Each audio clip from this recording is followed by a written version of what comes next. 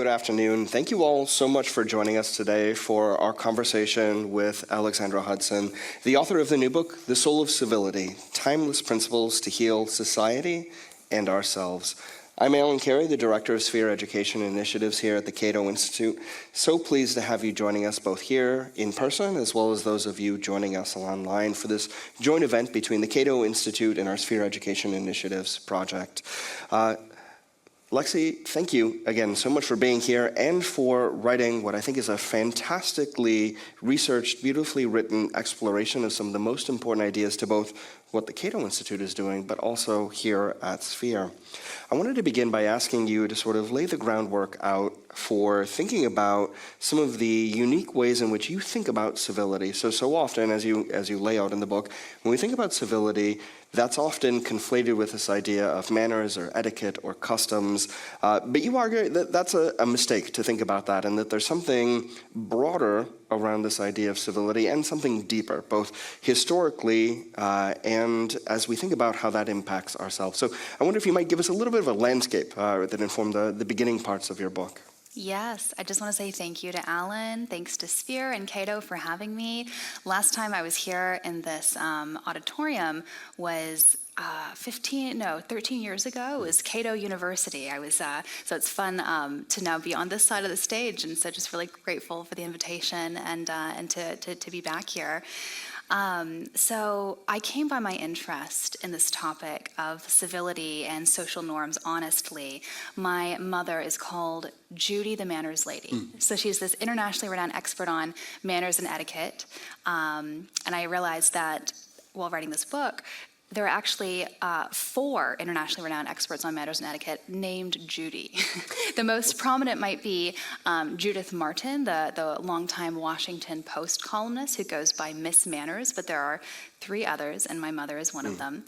And my mother is both an unbelievably gracious, hospitable, other-oriented person who embodies the spirit of true civility as I explore it and define it throughout my book.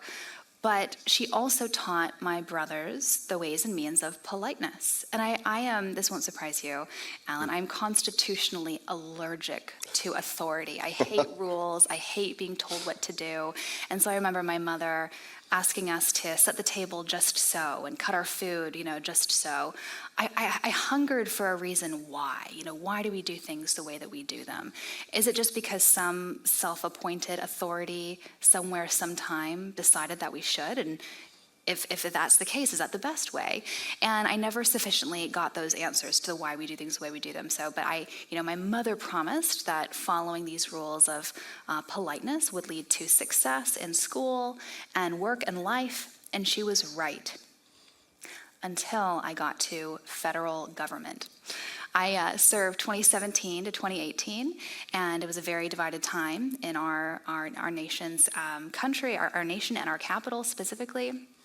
And I experienced that division at a microcosm while I was in government. I saw these 2 extremes. On one hand, I saw people who were, they had sharp elbows, and they were hostile and abrasive and aggressive. They were willing to step on anyone to get ahead. And on the other hand, I saw people who were, at first I thought they were my people. They were polished and poised and polite. But these are the people who I realized would smile and flatter me and others one moment, and then stab us in the back the next. And that really perplexed me, this second contingent, because one thing my mother had said to me growing up was that manners mattered because they were an outward expression of our inward character. And yet here I was, surrounded by people who were well-mannered enough and yet ruthless and cruel. So this experience of government, these 2 extremes, taught me several things.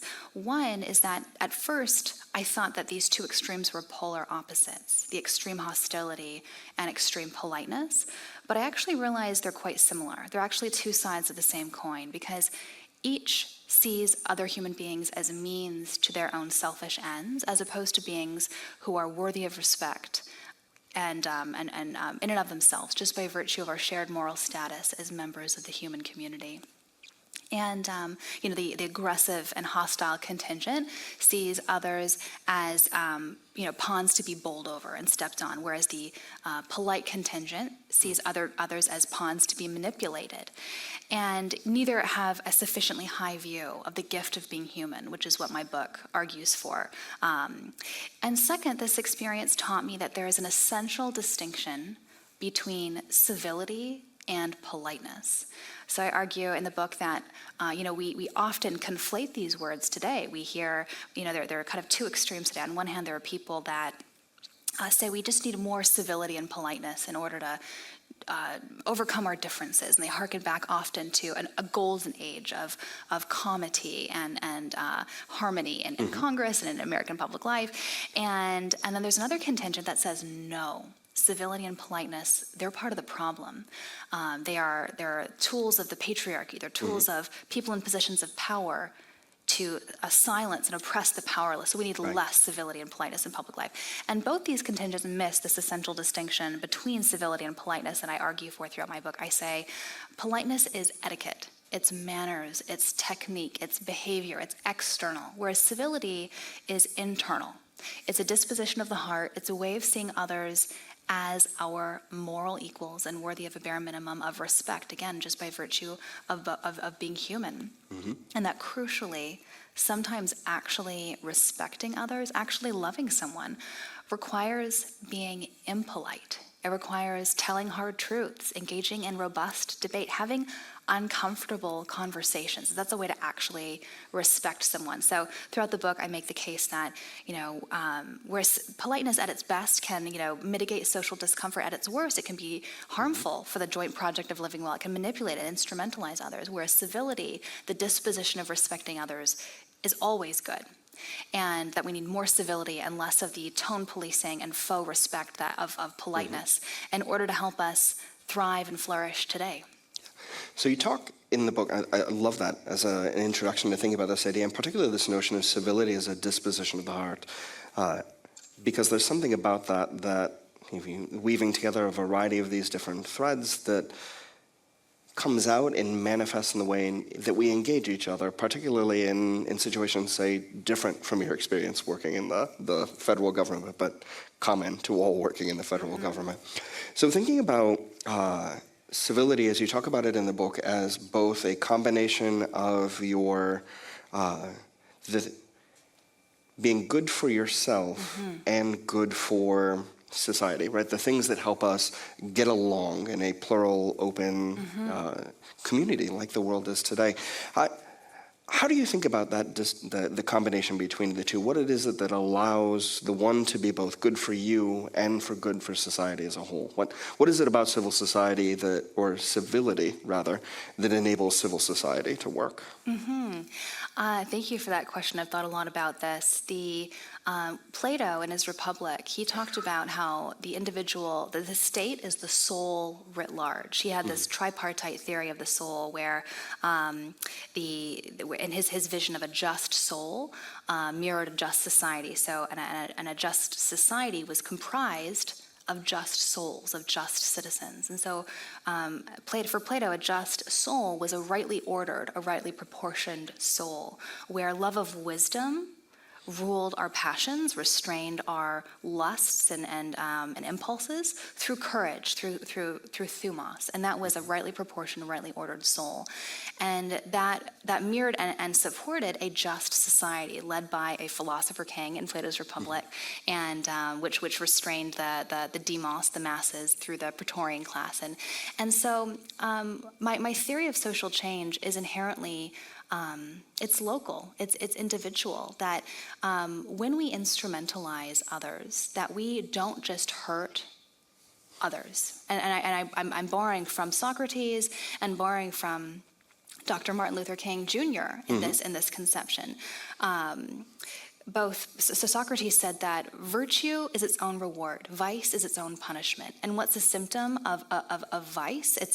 What's the symptom of a soul that is disordered? It's viciousness. It's an injustice, acting cruelly to others. And Plato said that we should not disdain people who are cruel and acting unjustly in society. We should have pity on them because they have a sickness of the soul, whether they realize it or not. Whereas people who act virtuously and graciously, that's its own reward. That's virtue. That's health and flourishing of the soul. And Dr. King said something similar. He was very influenced by Socrates. In his letter from Birmingham jail, Dr. King talks about segregation. He says segregation obviously hurts the segregated, but it's mutually harmful. It also deforms the soul of the segregator. And because it gives the segregator a false sense of superiority.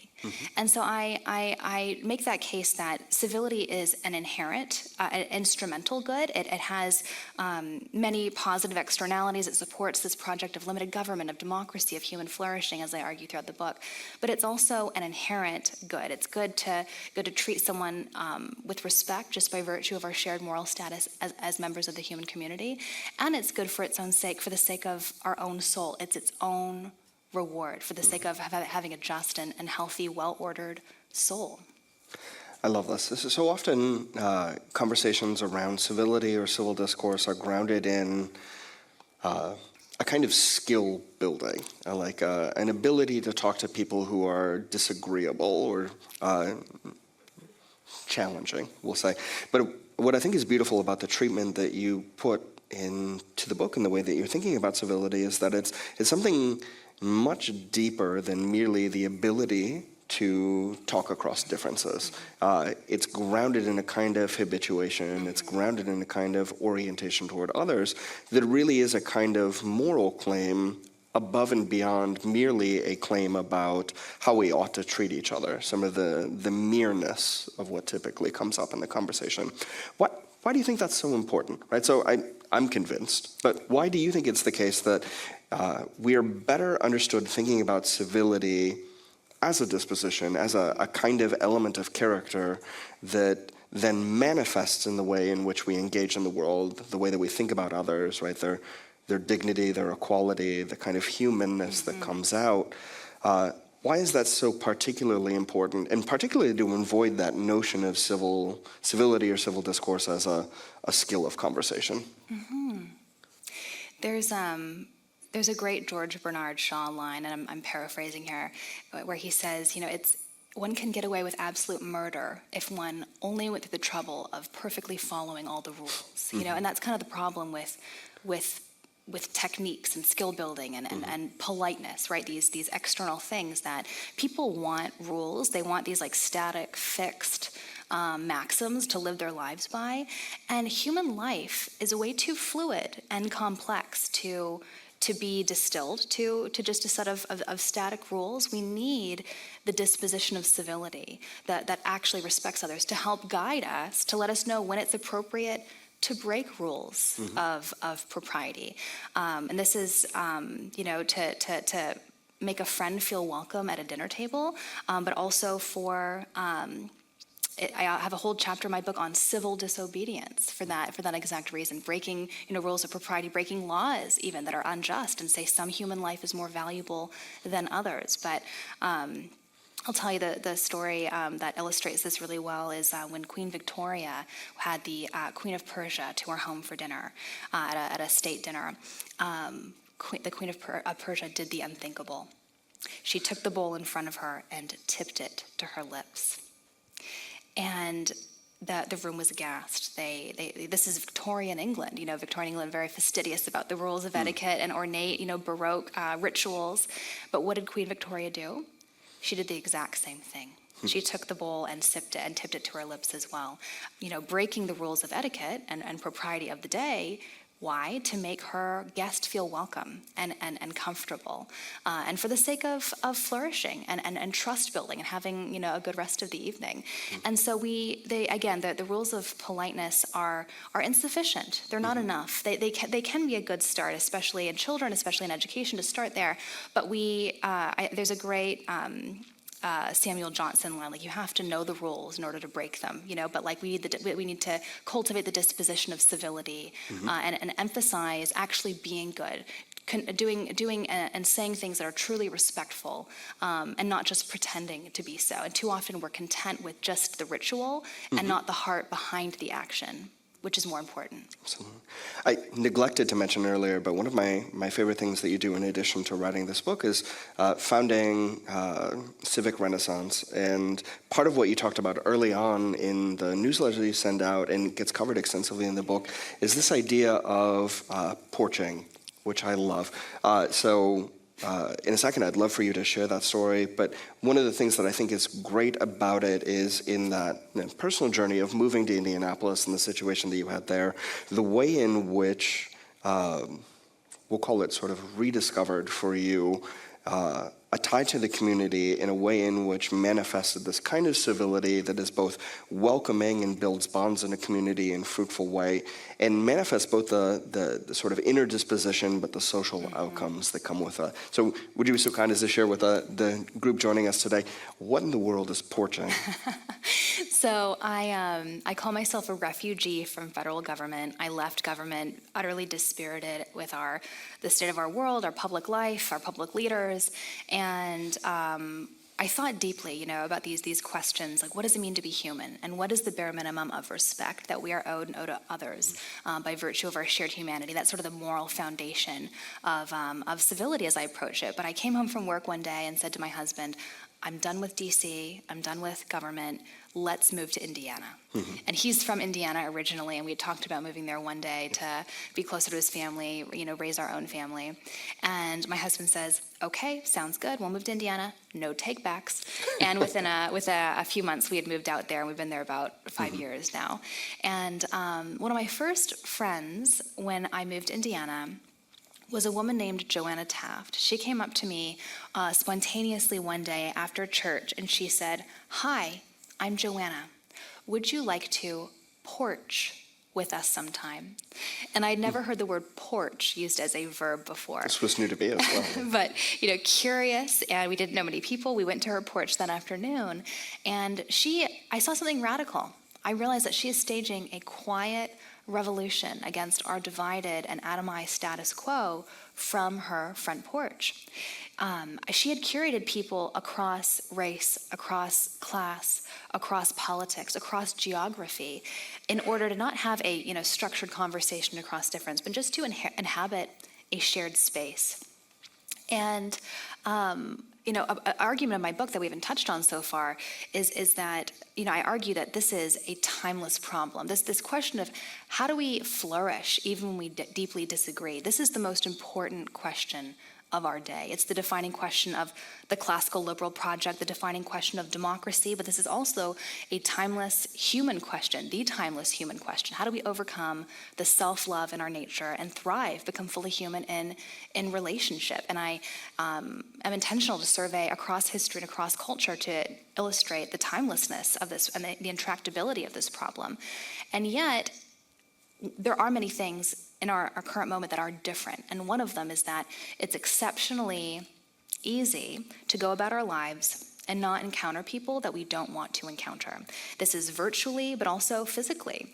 We live in an age of digital nomadery, if that's how you can say it, where people don't go to the office anymore. If they do, it's a few days a week, and even if it's more than that, they go from their homes to their cars to their offices and back again. And we can have groceries, Netflix, everything is like at our fingertips and delivered to us, and we can curate our existences again in the digital space. We hear about echo chambers all the time, but also physically in a way that doesn't expose us to people we differ from or just don't want to be around. Right.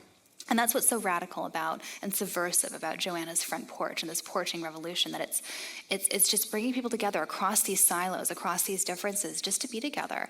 And again, not to have this structured conversation across difference, just to see each other as human beings first.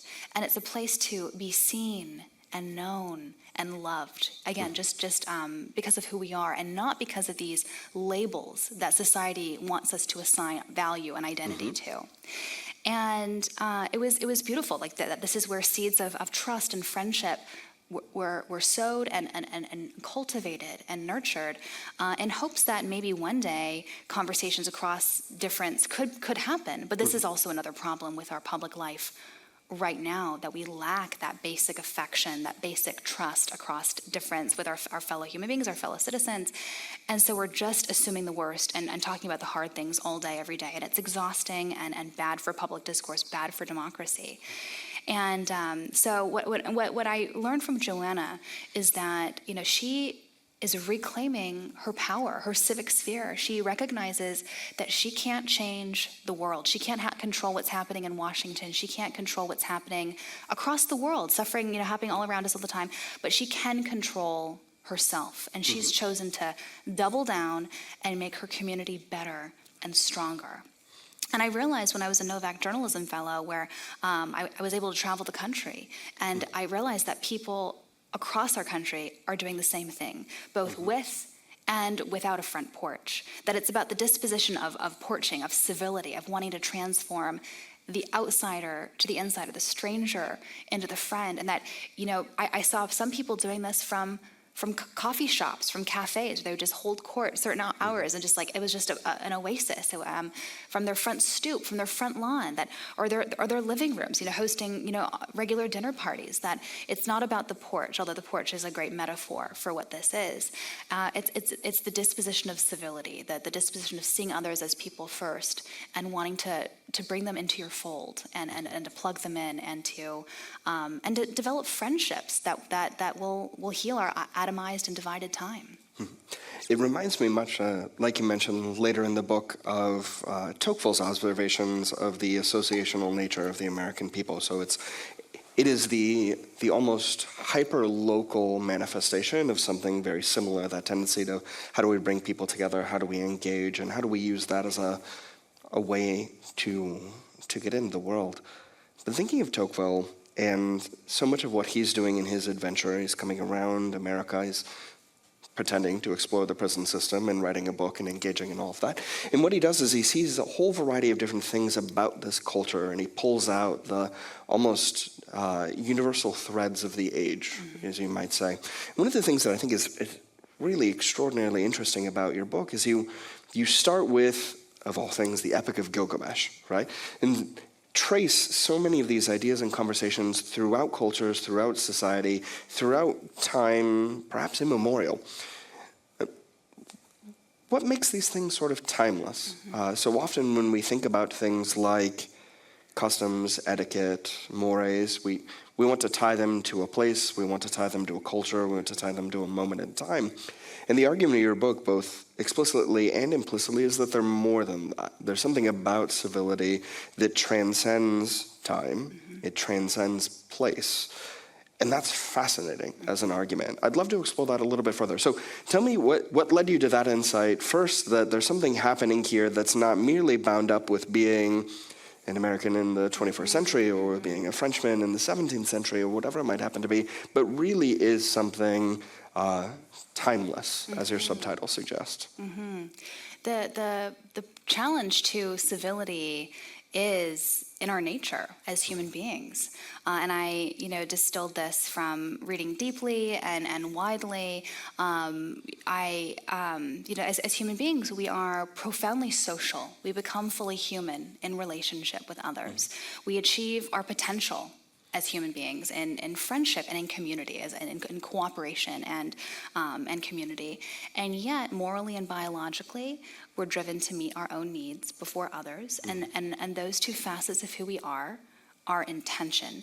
And before you call me out, Allan, I will tell you I had a very long footnote once in my book. I think it got edited out about, enlightened self-interest and Bernard Mandeville and how, private vice can lead to public virtue. I'm happy to unpack that. This seems like the crowd to unpack that if you want to, but I do understand that nuance. But for simplicity's sake, for this argument that the social and the selfish are intention, like that, and that is why this joint project of living well with others, in friendship, in community, in a democracy, in civilization itself, is always fragile. It is never a foregone conclusion because this duality, these two facets of who we are as human beings.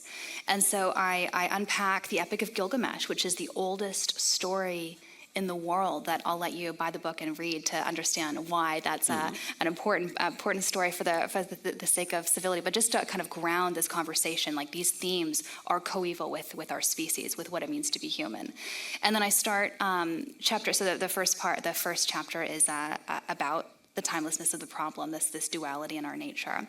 And then chapter 2 is about the timelessness of the solution. And that chapter I began with the oldest book in the world.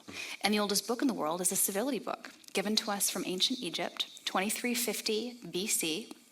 It's called The Teachings of Ptahhotep. Ptahhotep is a great story. He was someone who had been at the pinnacle of political and worldly life, and he had even been offered the opportunity to become pharaoh of ancient Egypt. He had been an advisor to Pharaoh for much of his life, and he turned down that offer of temporal power in order to retire and live a pastoral life and a quiet life. And once he had retired from public life, he thought deeply about the timeless principles of human flourishing.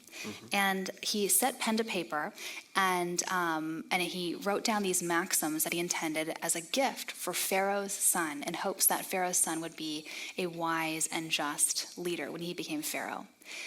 And what's remarkable is that Ptahhotep's maxims, his teachings, are timeless. They could be in a Miss Manners Judith Martin Washington Post column today.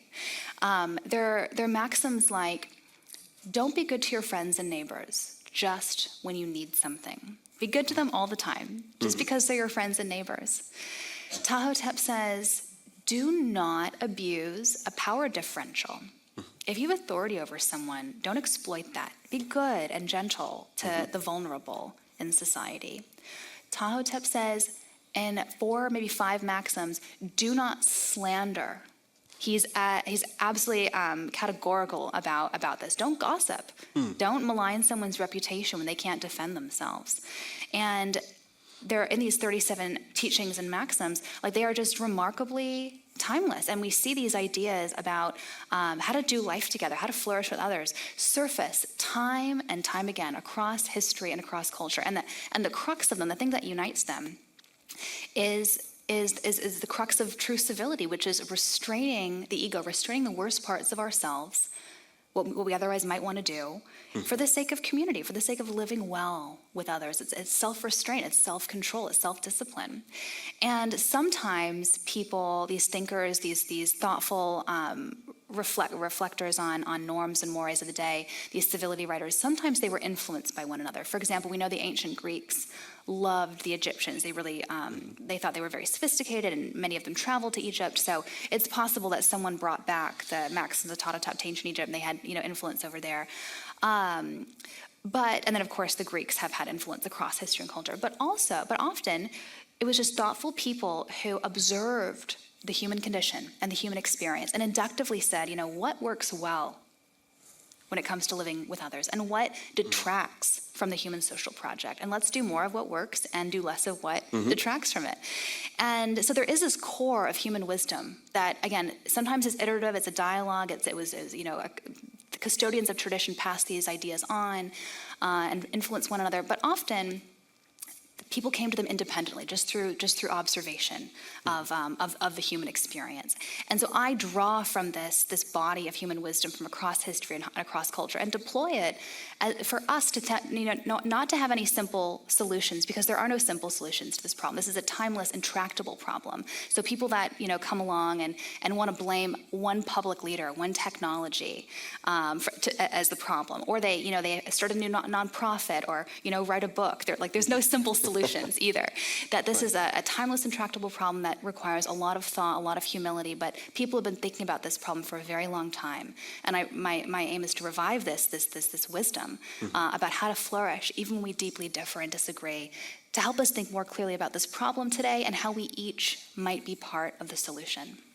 So you do an impressive job throughout the book of tracing these ideas to different speakers and authors and cultures throughout history, throughout the world, in a way in which there's a really impressive commonality that comes in all of those places. I wanted to push just a little bit and think a little bit more about one of the other features that you talk about is the etymology of a lot of these words and the ties to them. If we think about kiwis, or the foundation behind things like civilization or polis and the political, each of those ideas philosophically are rooted deeply in a particular political community, right? There's a kind of universal approach to some of these virtues, as Aristotle might talk about, but also a particularism to those given communities, the things that hold us together.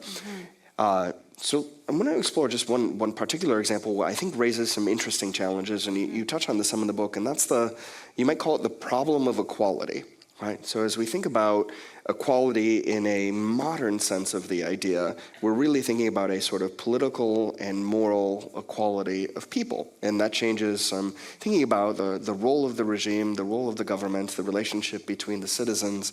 That seems meaningfully different as a way of engaging in the world and the implications of civility there than, say, a notion like what we'd see in the ancient world of a kind of aristocratic notion or a regal notion of these are the rules that you ought to behave with toward your subjects and or among the court, and what those things happen to be.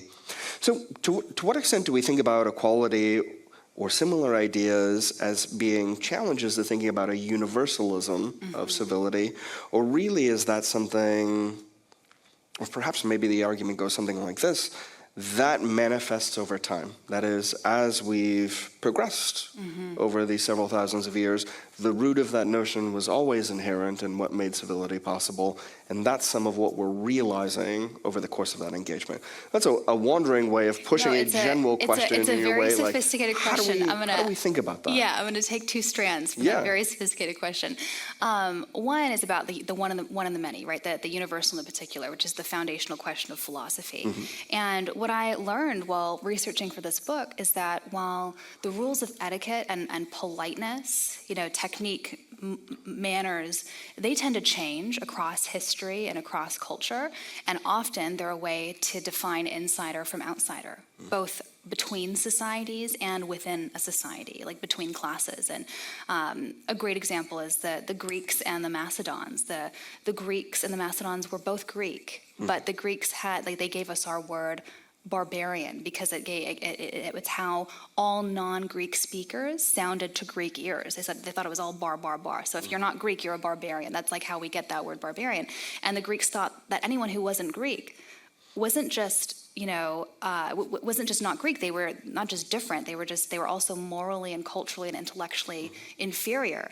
And so they made up all these rules of etiquette and propriety. And how they said, oh, the Macedons, they drink their wine this way. We drink ours this way. We eat our food like this. They eat their food like that. Like they erected all these rules to differentiate themselves and tell a narrative about why they were superior using manners. So while manners tend to be, gatekeepers in the exclusive sense, the timeless principles of civility, again, restraining the self for the sake of flourishing with others, they tend to be relatively timeless across class, so within a society, and across history as well. Again, restraining the worst parts of ourself and flourishing in relationship with others, which I think is really fascinating. And then the second part of your question was about equality, and how do we grapple with the changeability of equality across history. So in my chapter on civil disobedience, actually, I tell an interesting story that I think is pertinent to equality. Has anyone here heard of Edward Coles before? Maybe you have because you've read the book, but anyone else here? Edward Coles. He's this wonderful unsung hero of American and I think world history that no one has heard of, but I think we should. There are many figures in my book that I think are due for a revival. So I want everyone to read the book and then help me revive all these thinkers that haven't gotten the dap that they're due so far. So Edward Coles, he was a neighbor to Thomas Jefferson and an aide in the White House to James Madison. He was a generation after the founders. And while he was an aide to James Madison, he did something kind of remarkable. Early in his life, he had become really persuaded about the moral evils of slavery. And he kept that a secret, and he waited till his father died, inherited his slaves, and immediately manumitted them. He ended up moving to Illinois. His slaves followed him as freed persons, and he ended up running for governor and becoming governor of Illinois on an abolitionist platform and was an inspiration and hero to Abraham Lincoln. So that's all just context. But while he was a young man, and while he was an aide to James Madison in the White House, he wrote to Thomas Jefferson, imploring Jefferson to aid him and his fellow abolitionists in the abolitionist cause. And this is one of the only instances in history that I'm aware of that we have Jefferson confronted with this foundational hypocrisy. Edward Cole says, Jefferson, like, you are the architect of liberty. You know, you wrote these words, life, liberty, and pursuit of happiness for all, you know? And yet you own slaves. Edward Cole says, we need you. He said, we need your help. Like, you're this elder statesman. You have incredible gravitas. You're so smart and talented. Like, we need you in this fight for against the moral evil of slavery. Amazingly, Jefferson responds. He says, Edward, great to hear from you. Thanks for your note. He says, you're right. You're right. You know, that this slavery is wrong. Everyone knows that. And he says, but you don't need my help. He says, look at, it's going to happen anyways. He says, look at the Haitian Revolution. Like, this is already happening. And I'm too old, he says. He just goes down all these litany of excuses for why he doesn't want to help in the abolitionist cause. Jefferson sends that note. Edward Coles writes back and says, and just like dismantles every single one of his excuses, one after the other. For example, in response to Jefferson's claim that he's too old to help in the abolitionist cause, Edward Cole says, you know, Benjamin Franklin's on our side. He's helping us, you know, fight abolition, and he's no spring chicken. And just goes one by one down, dismantling his arguments. And Jefferson, and he, you know, says one more time, like, please, we need your help. And Jefferson never responds after that.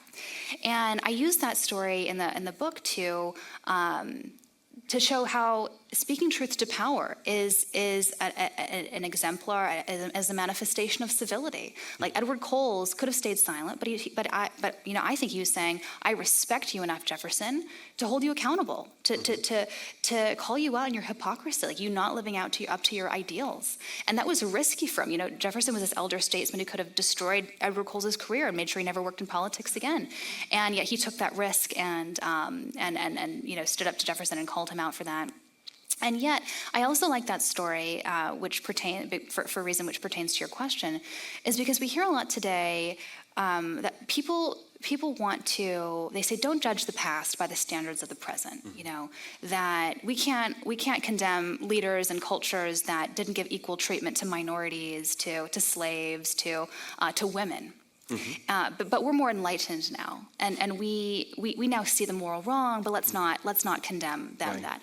But what I love about stories like Coles, and there are many others like Coles across history, in American history and world history, who saw the moral evil of slavery, who saw the moral evil of the subjugation of women and other ethnic and cultural minorities, and were like, for example, I'd love to tell the story of Albert Schweitzer, if we have time, who was excruciatingly critical of colonization and the moral evils of exploiting Africa, and in the name of civilization, which he called faux civilization, and yet the life and stories of people like Edward Coles show us that, you know, you can't say don't judge the past by the standards of the present, because there were people in those times who saw the immorality of that sort of thinking, and the lack of coherent logic, and lived their lives according to their ideals and their values, their principles, and which I think is fascinating and important and inspiring for us today. Yeah. What I love about the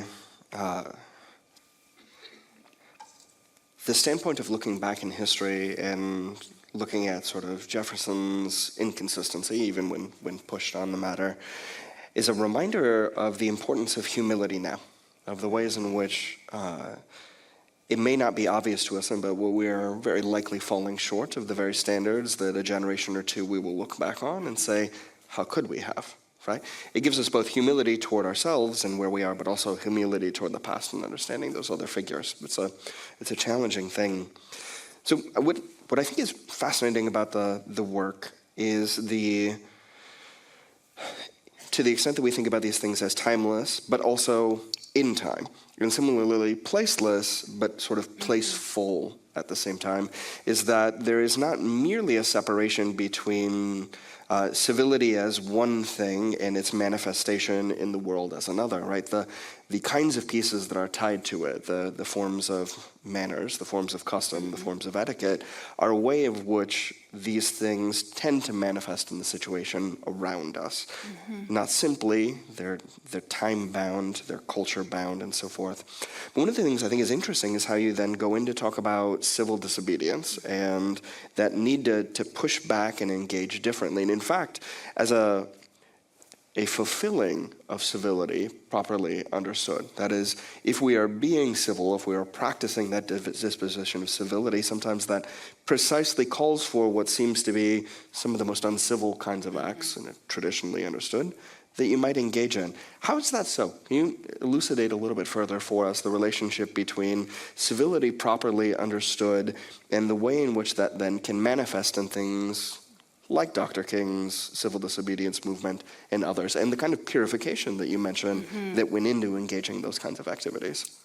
So I argue that, as I've already mentioned, that civility is both an inherent good and an instrumental good. It's good to treat our fellow human beings with a bare minimum of respect that they're owed, and we are owed by virtue of our shared moral status, our dignity as members of the human community.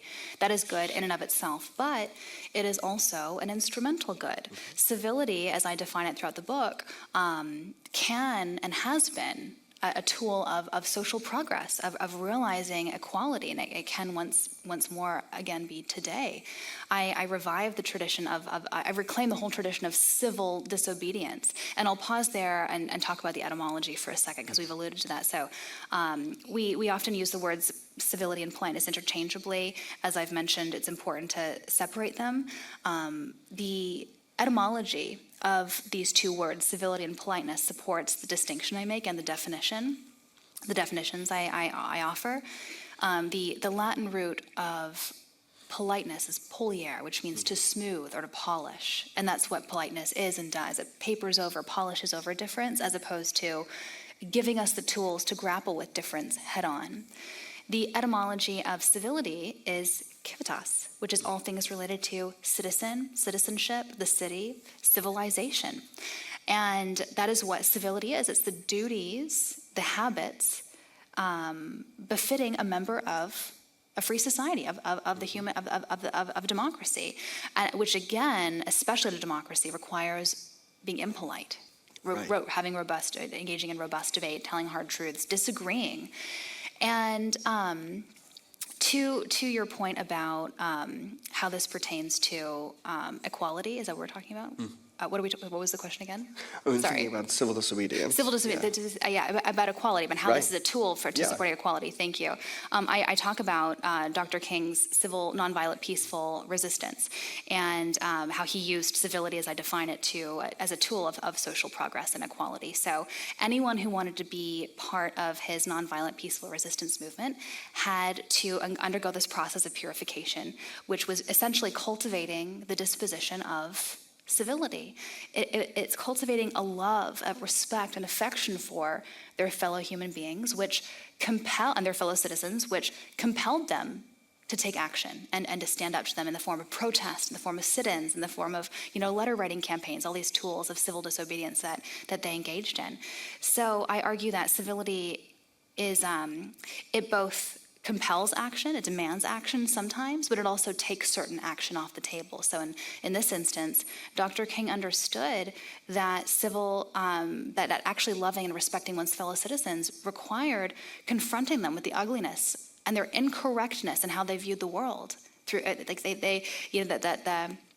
the subtext of the protest was that you have an incorrect view of the world, and your bigoted views, your views of white supremacy, and I'm going to confront you with that through these actions. That's actually loving. That is a way to respect them. So civility compelled that action, but it also took certain action off the table. For example, he never allowed their nonviolent peaceful resistance to engage in violence or anything dehumanizing, any violent destruction of property or ad hominem attack that Dr. King and many others before him, such as Frederick Douglass, William Lord Garrison, other prominent abolitionists, William Wilberforce as well, they understood that you couldn't, in the pursuit of perfect equality and human dignity, respect for human dignity, dehumanize some people in the process and degrade their dignity along the way. That, and Gandhi has this great line that says, means are everything. We live in this apocalyptic time where people want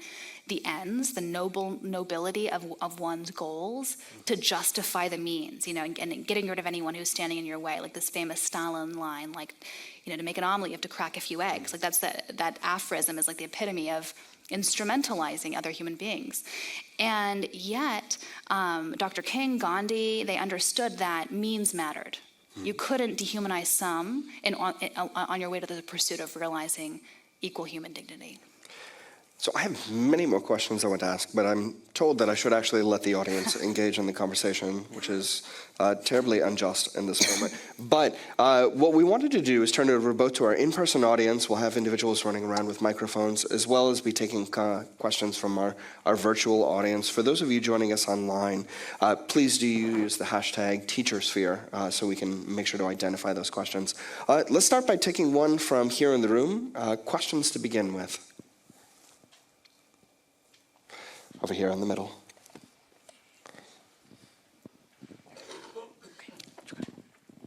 Hi. So you talked about how your book would help people realize how they could be part of the solution. Does it prompt us to look inward at how we could have been part of the problem as well? It's a great question. Thank you. Yes, of course. And it's, and that's very countercultural. Like the easy thing to do these days is to point fingers and to blame. Like everyone else is the problem. Twitter is the problem. XYZ person's the problem. And yet, what did Christ say? Like, why are you looking at the speck in your brother's eye when you have a log in your own? I absolutely encourage people to look inward and look at their own contributions to this problem and the possibility of being part of the solution too. And undercurrent throughout the book is that, again, we have way more power to be part of the solution than we realize. And to your question, we're often part of the problem, even when we might not realize it. And just being thoughtless, even when we are not actively being malicious and going out of our way to harm someone, that you're just being thoughtless, that inconsiderately letting the door slam on someone's face, behind us, like that is a way that could bother someone for the rest of the day. We insufficiently appreciate the power we each have, the way in which our everyday interactions, great and small, can contribute to detract from this joint project of living well or support it. In my book, you'll see the cover here, the metaphor of the garden is throughout. It's kind of an undercurrent throughout. And I conceive of civilization as a garden. So this joint project of human community is a garden, and each one of us all we have is an individual plot of land. And all we can control in this garden of civilization is what we sow and cultivate in our plot of land. We can choose to sow seeds of corrosive and invasive species that zap the nutrients from the soil and invade the plots of land around us and detract from this flourishing, vibrant, diverse ecosystem of the garden of civilization. Or we can choose, through our everyday words and actions, our acts of charity and grace, kindness and compassion, sow seeds of life-giving crops that are regenerative, that give life to the soil, and that create crops of abundance and beauty that delight and give life to our surrounding plots of land as well, our fellow citizens as well, and that all we can control, again, is what we do with our individual plot of land.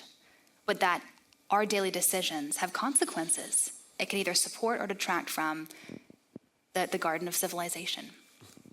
I want to combine a couple of questions that we've received online. Both are really from educators joining us. Someone asks, what role can schools play in developing the civility of young people, especially in a politically charged climate where schools are viewed with suspicion And then similarly, I'm really interested in the concepts you discuss in your book. I'm a history educator, and I teach my students about the power of empathy.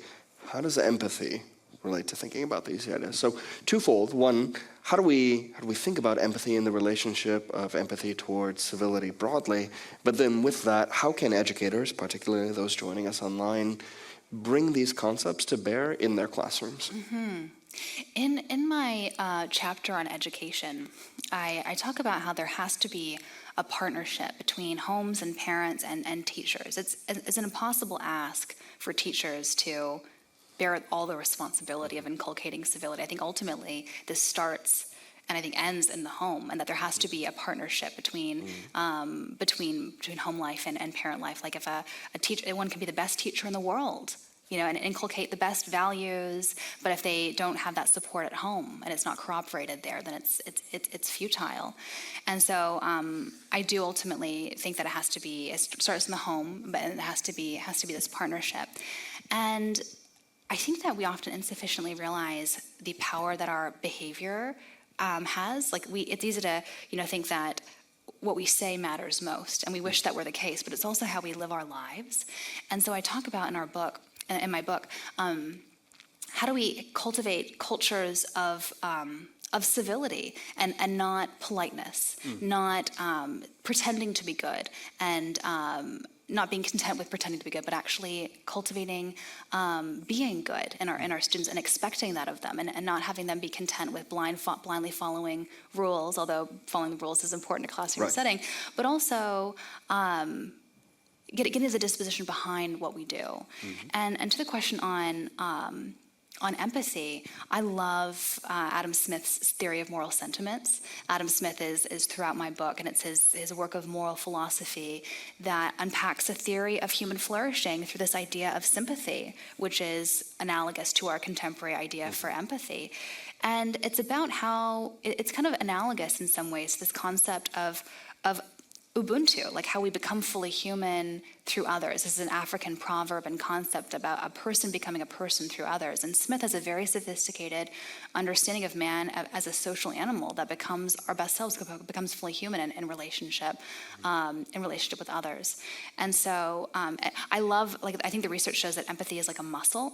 Cultivate. The more we act with empathy, the more we act with consideration towards others, the more it grows, the more it builds. And that's the same with all these habits of civility, that both cultivating the disposition leads to virtuous actions. It's like orthopraxy and orthodoxy, like right belief leads to right action, but also right action can lead to right belief too. And so acting, selflessly, acting with compassion and empathy, acting with consideration of the other alongside of ourselves in practice, even we might not want to, can lead to and cultivate and foster civility in classroom settings and in our own lives too.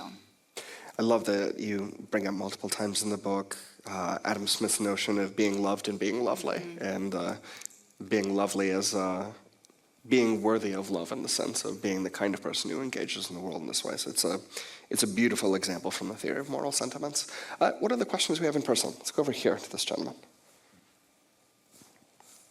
Here in the row there in the back.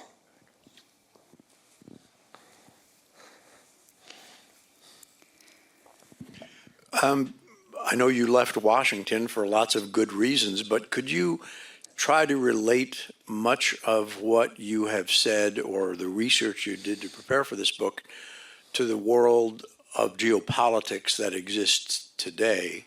If you were to address the UN General Assembly, where the world is full of conflicts over, this is my tribe's land, not yours. No, this is my tribe's land, not yours.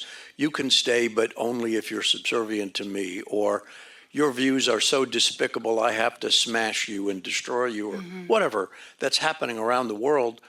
What would you do if you were queen of the world for a year to deal with all of this? And I know that's not the subject of your book, but can you try to relate it to the world that we live in the geopolitical sense? Thanks. What would I do if I were queen for a year? Abdicate.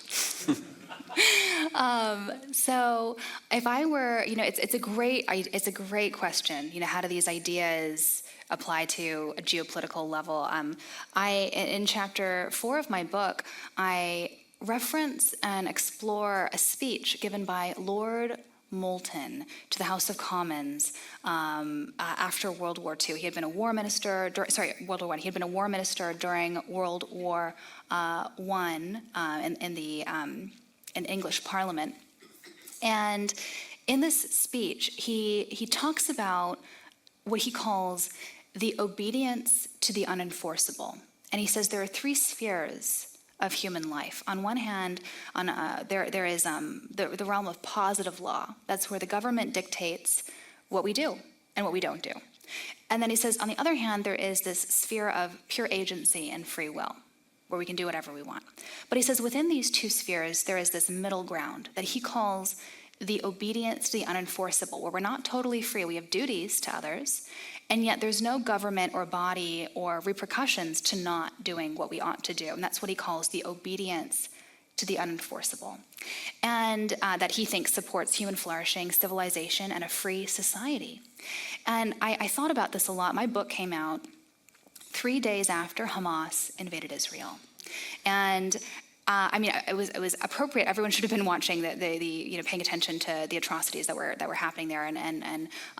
But I realized that my book, has a contribution to this conversation. First of all, it's a humanistic manifesto. It's a manifesto of the profound gift of what it means to be human in these very divided, barbaric times that we find ourselves in now. And secondly, this idea of the obedience to the unenforceable, I think, is really interesting. We during times of war, we often hear international war laws tossed around. And they're actually more appropriately called international war norms, because there is no enforcing body with teeth to descend and control and punish if these laws and norms are not upheld. And across history and across culture, these norms have been instituted that are fundamentally pro-human. It's like to prevent society and humanity from annihilating itself and causing unnecessary suffering. For example, norms against intentionally targeting civilians, norms against unnecessary brutality to women and children, proportionality. These are all norms. They're not laws. But this is the realm of the obedience to the unenforceable. How are we acting when there's no repercussions to how we act? And I'll tell you a funny story, or not a funny story, a tragic story that I just came across recently that illustrates this. During the Soviet Union, the Soviet Union almost annihilated the world's whale population single-handedly, not for any reason other than that Stalin's 5-year plans said, we need whales. There was no need for oil or blubber, and it was just this catastrophe of kind of fly-by-night whaling that was totally contravening what's it called, the International Whaling Accord. I can't remember the exact title of it. But when it comes to the vastness of the ocean, these bodies that exist to preserve wildlife, marine life, they're not everywhere. We don't have an international whaling police state where there are people watching and making sure. And the Russians during the Soviet Union, they chronically lied and underreported how many whales that they were. And they were supposed to hunt a few thousand. They ended up hunting 150,000 and decimated and caused extinction for several different whale populations. And there ended up being a whistleblower in the Soviet Union who, after the fall of the Soviet Union, told the story. And he said that it really was a culture that just did not value human life at all, not human life or natural life. And it was just, they didn't need that. They would take the whale blubber and then discard the rest. And it was just an atrocity for its own sake. Why? Because someone told them to do it, and because they'd be punished at home if they didn't just blindly follow these rules. So anyway, to this point about, acting right, even when an authority figure is telling you to act wrong, and even when there's no repercussion, no one watching you. right? Like these people got away, with doing these things for decades, to great devastation to our globe's marine life.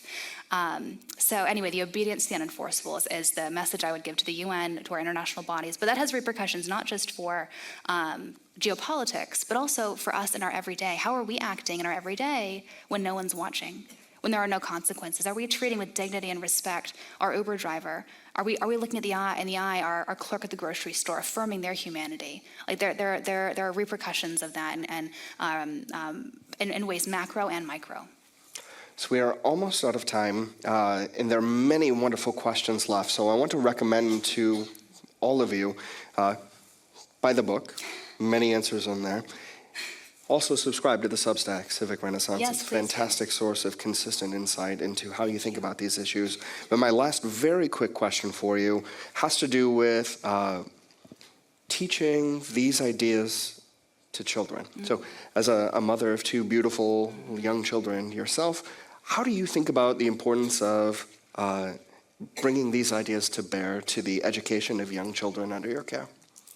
It's such a great question, and one that I struggle to embody every day, but that is, I think, a key. It's how I embody it to this point about, education is not just what we say, it's how we live our lives as well. And I mean, yes, I'm a parent, but I think all of us have young people in our lives, or even just, that we can influence. And so I try to, it's easy to say, do as I say, not as I do, but, how do I ensure that I'm living up to these ideals of self-sacrifice and of service? So one thing I do with my kids is, I'll put some snacks out, and I'll make my son, who's 3.5, serve his baby sister first, and say, after you, baby girl, after you, Sophia Margot.